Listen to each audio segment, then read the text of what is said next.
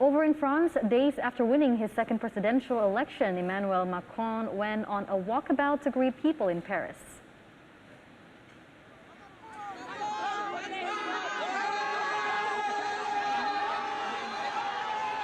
French President Emmanuel Macron met market-goers in Cergy in the Paris region on Wednesday as he made his first public appearance since his re-election at the weekend.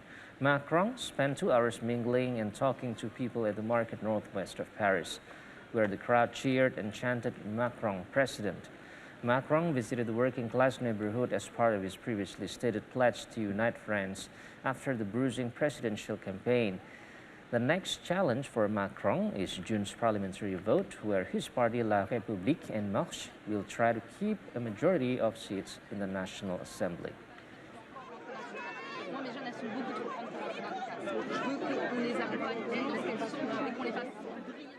This week's French presidential contest boiled down to a debate between nationalism and globalism prevailed in the victory of President Emmanuel Macron, an ally of President Joe Biden. What can the U.S. learn from this as Biden's party faces elections?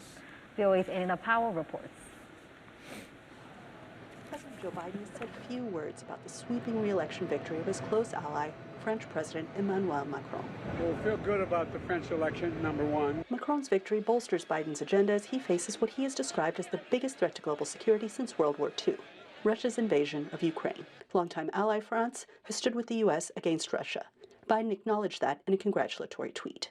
Other world leaders cast the contest in similar light, saying a vote for Macron amounted to a vote for a democratic, rules-based world order. Analysts say French voters also saw it that way. Clearly, France has played, since the beginning of the invasion, a driving role in the European response to Russia's aggression against Ukraine, and having President Macron re-elected is a confirmation of continuing this firm response toward Russia. So clearly, for other European leaders, this re-election was clearly much welcomed because it confirmed that France will keep playing a driving role in the international response. But America is unique in many ways, and Biden faces striking ambivalence from American voters along partisan lines. Pollster Ipsos found that 37% of Americans approve of Biden's handling of Russia, and 46% approve of his handling of Ukraine. And so analysts say that if Biden's left-leaning party wants an election edge, they need to take a lesson from Macron's right-wing opponent, who, despite losing, did better than she has in previous contests.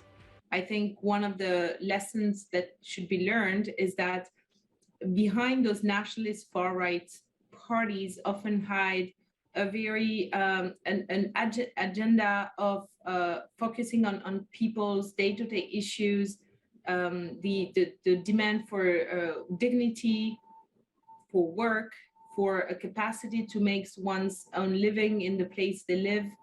And this, I think, Marine Le Pen understood quite clearly. As the French president knows, politics can be a long, bruising game. Biden's party has many rounds to go before the final bell